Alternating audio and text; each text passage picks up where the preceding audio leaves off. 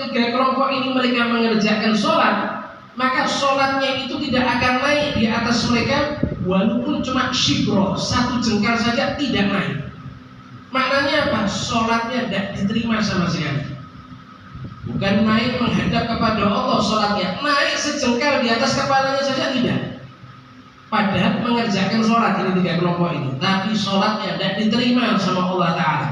Naudzubillah min dzalik. Bisa kita perhatikan, orang kalau sholatnya tidak diterima, maka mau tidak mau semua ibadahnya juga tidak diterima sama Allah Ta'ala.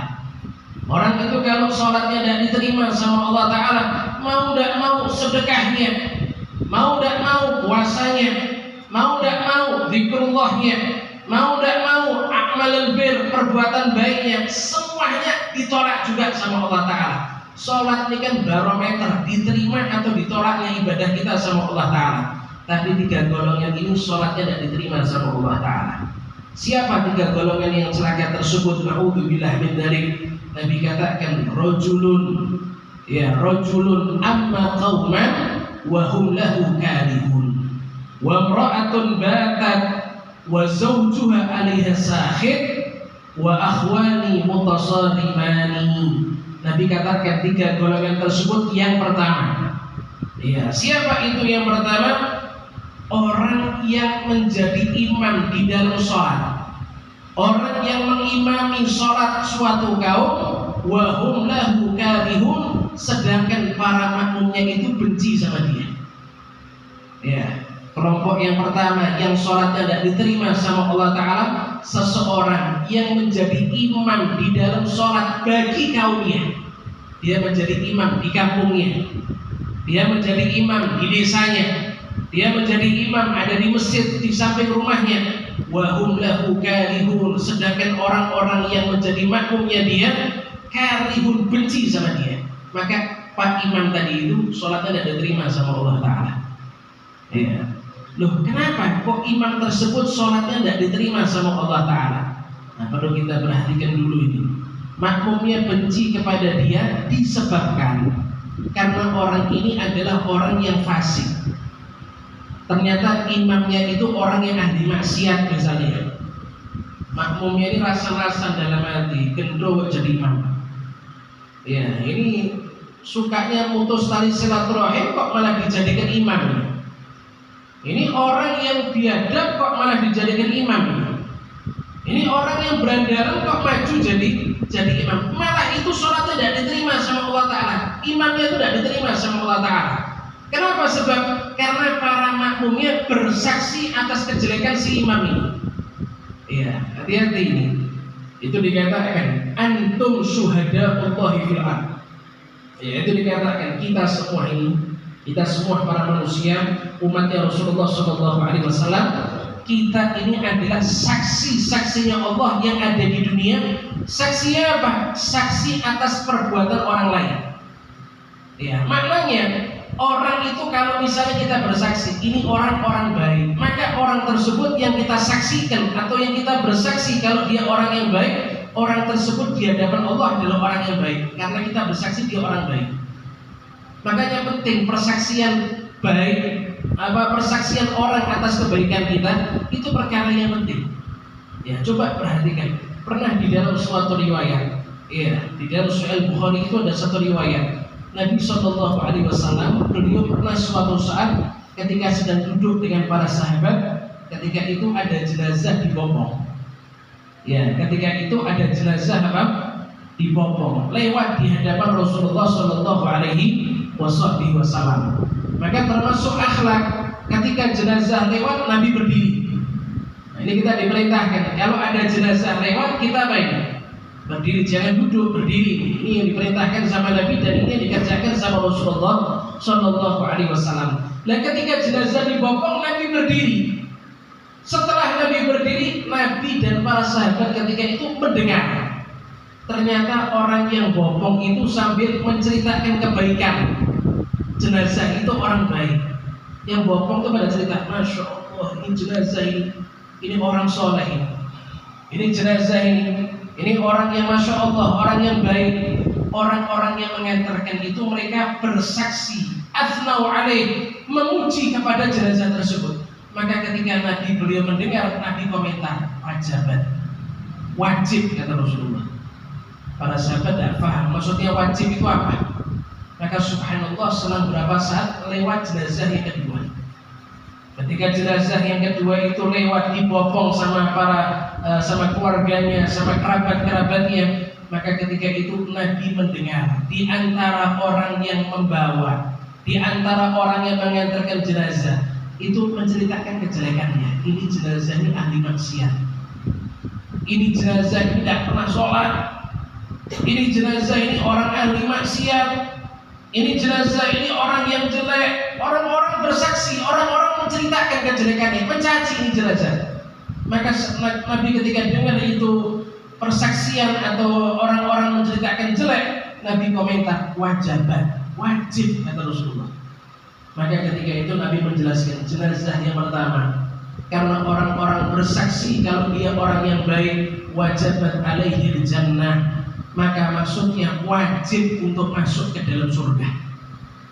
Tapi jenazah yang kedua, karena orang-orang bersaksi dia adalah orang yang jelek, dia orang yang ahli maksiat, wajibat alaihi nar, wajib untuk masuk ke dalam api neraka Allah subhanahu wa ta'ala. Waliyadzubillah min. Ini menjelaskan kepada kita yang namanya hidup itu hablum minan nas itu harus juga diperkuat. Hubungan dengan manusia itu harus diperkuat.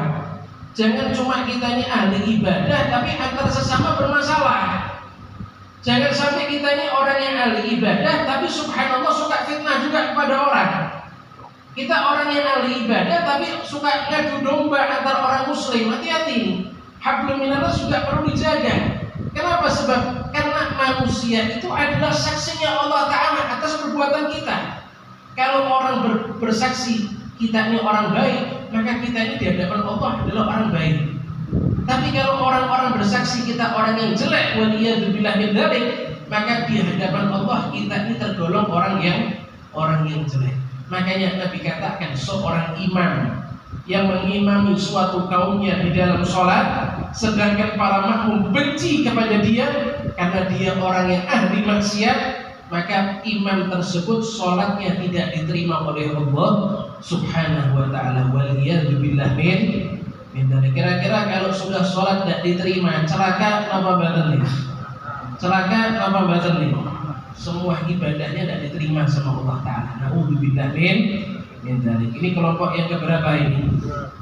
Yang kedua, pertama korupsi, dosa korupsi. Yang pertama ini kelompok yang pertama. Kemudian ikhwani yang dimuliakan Allah subhanahu wa ta'ala, kelompok yang kedua. Siapa itu kelompok yang kedua? Kelompok yang sial, yang sholatnya tidak diterima sama Allah Ta'ala. Imra'atun batat wa zawjuha 'alaiha sakhit. Kelompok yang kedua yaitu adalah seorang wanita. Ini wanita yang kedua ini.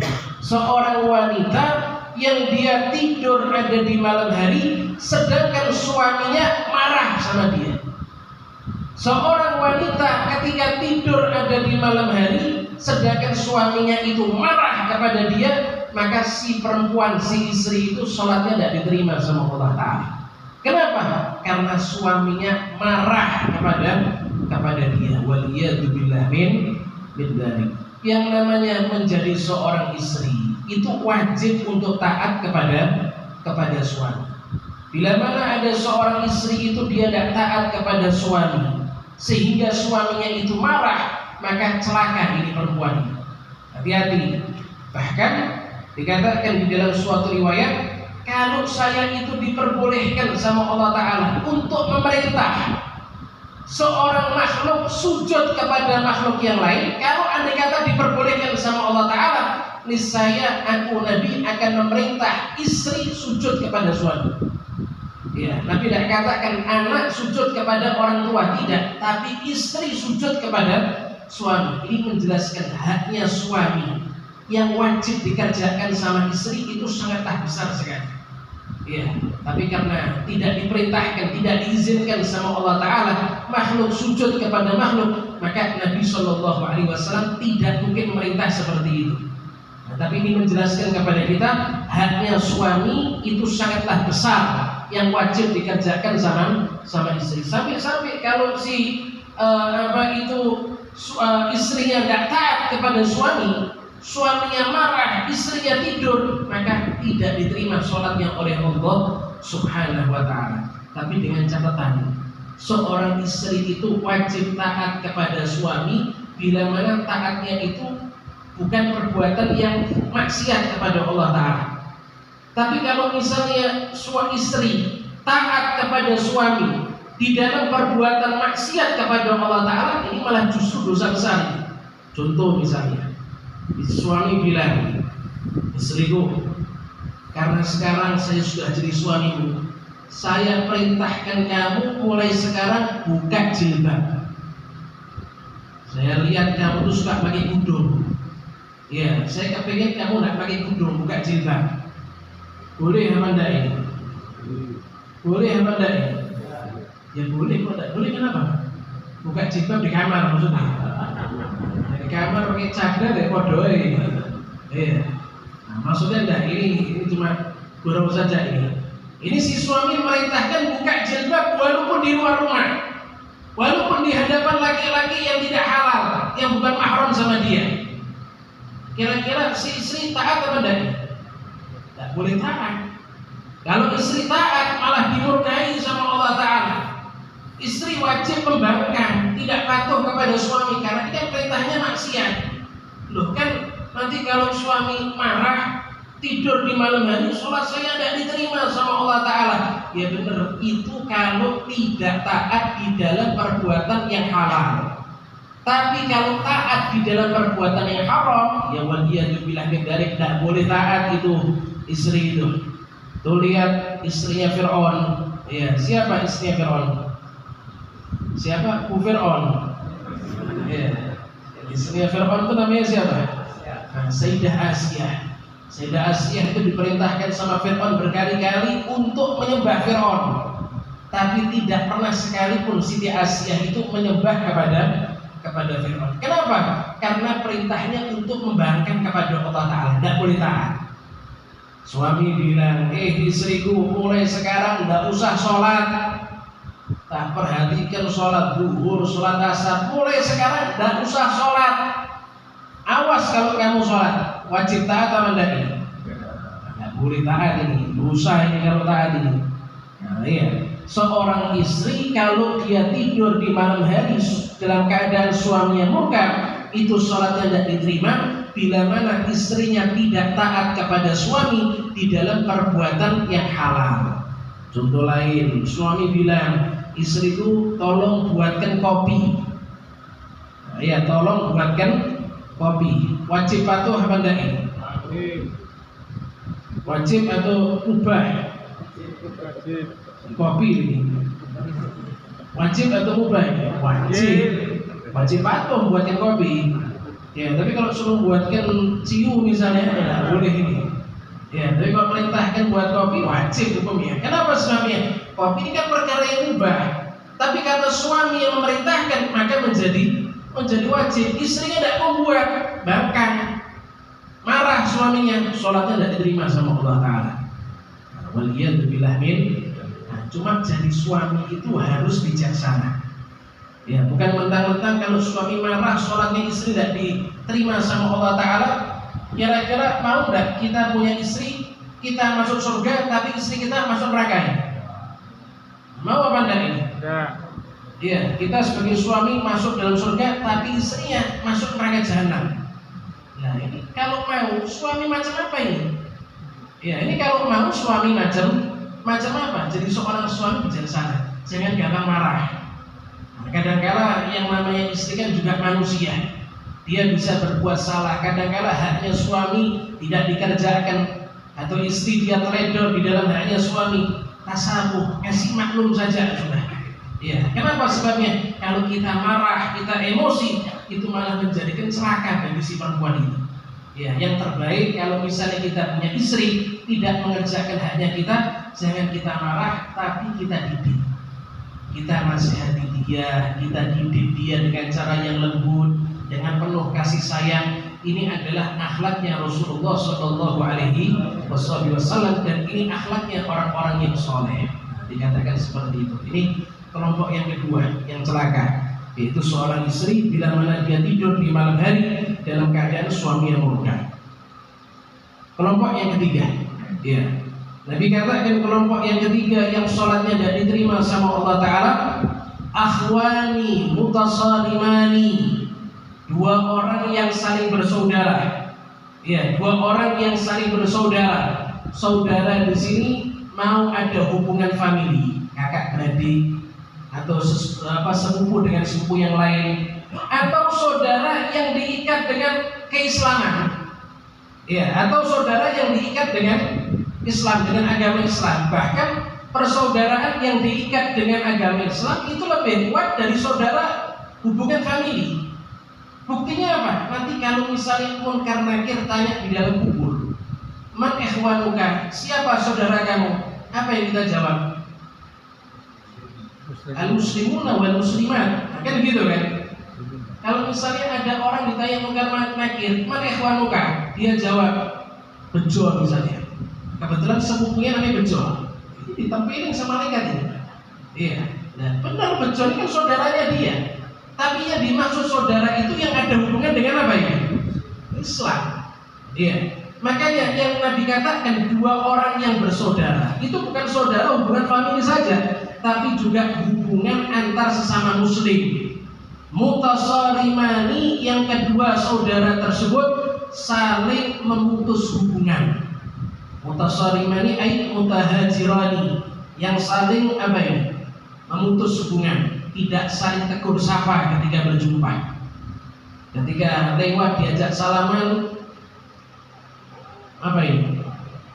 Diajak salaman malah di apa ini? Ditamplek. Iya. Ketika ketemu di jalan disapa, urak-urak matanya buta. Assalamualaikum, urak-urak telinganya apa ini? Tuli. Dua orang yang saling memutus hubungan, maka dua orang ini sholatnya tidak diterima sama Allah Subhanahu wa Ta'ala. Hati-hati. Qati'ur rahim mal'unun walau mata fi jawfil Ka'bah. Orang itu kalau memutus hubungan tali silaturahim, maka dia akan dilaknat oleh Allah Subhanahu wa Ta'ala, walaupun kelak ketika dia mati, matinya di dalam Ka'bah. Dilaknat sama Allah Ta'ala. Kenapa? Putus tali silaturahim. Ya. Nabi juga pernah mengatakan, la yadkhulul jannah qati', tidak akan masuk ke dalam surga qati'. Siapa itu qati'? Orang yang putus hubungan tali silaturahim itu tidak mungkin masuk ke dalam surganya Allah Subhanahu wa Ta'ala. Hati-hati. Ya. Golongan yang celaka yang ketiga, dua orang yang saling bersaudara, yang saling memutus hubungan, tidak saling tegur sapa, tidak saling berjabat tangan ketika berjumpa, satu sama lain saling musuh-musuhan, satu sama lain saling memutus hubungan, satu sama lain saling mengadu domba. Hati-hati. Ini orang seperti ini sholatnya tidak diterima sama Allah, walaupun dia sholat ribuan rakaat, walaupun dia sholat sampai jidatnya menjadi hitam. Bukan cuma jidatnya saja, sekucur tubuhnya hitam, kalau tidak akan diterima sholatnya sama Allah Ta'ala. Kenapa? Sebab putus hubungan tali silaturahim. Wal iyadu billah min dzalik. Ya. Ada juga riwayat mengatakan, ya, inna rahmata la tanzilu ala qaumin wa fihim qati'ur rahim. Ya, ada satu riwayat mengatakan bahwasanya yang namanya rahmatnya Allah kan luas. Rahmatnya Allah itu tidak mungkin turun ada di suatu daerah, sedangkan di daerah tersebut ada satu